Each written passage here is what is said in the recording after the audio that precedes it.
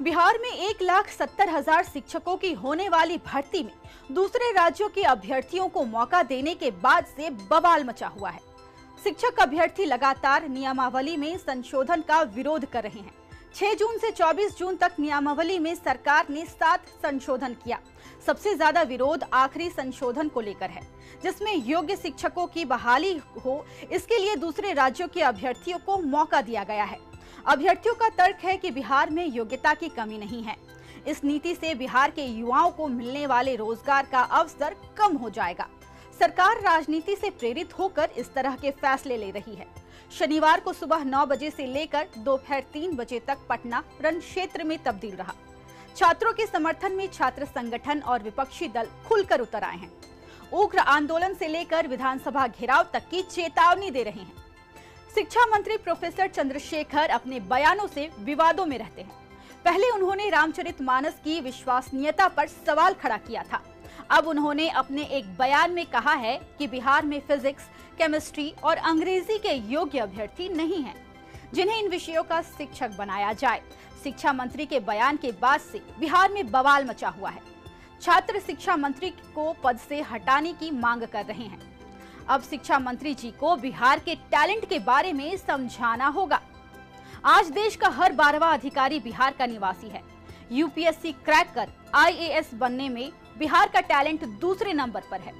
2021 तक देश की ब्यूरोक्रेसी में यूपी के 717 और बिहार के 452 आईएएस थे। टैलेंट हर साल आईआईटी के टॉपर्स में शुमार होते हैं। सुपर 30 के टैलेंट का सम्मान तो दुनिया करती है। देश के हर आईआईटी में बिहार के छात्र नजर आ जाएंगे।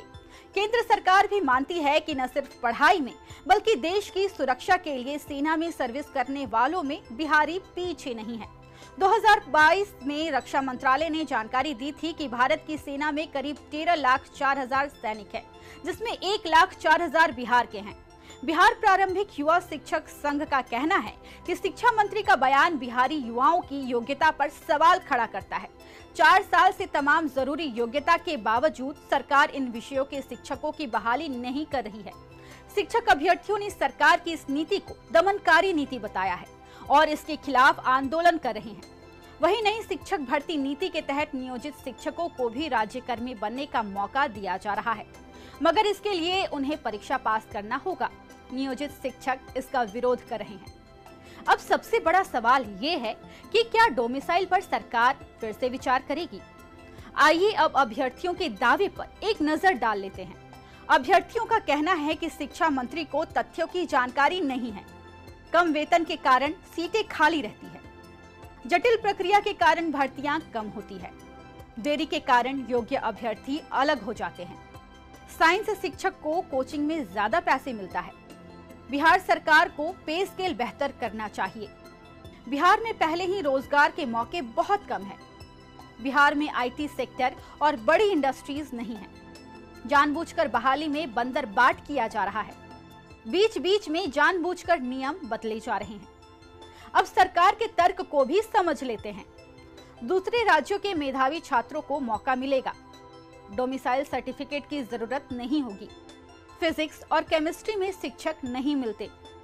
गणित और अंग्रेजी के योग्य शिक्षक नहीं मिलते। बहाली में साइंस ब्लॉक में रिक्तियां रह जाती है। प्रिंसिपल भर्ती के 6,000 पद में कई पद खाली रहते हैं। प्रिंसिपल भर्ती में 6,000 पद के लिए सिर्फ 369 आए।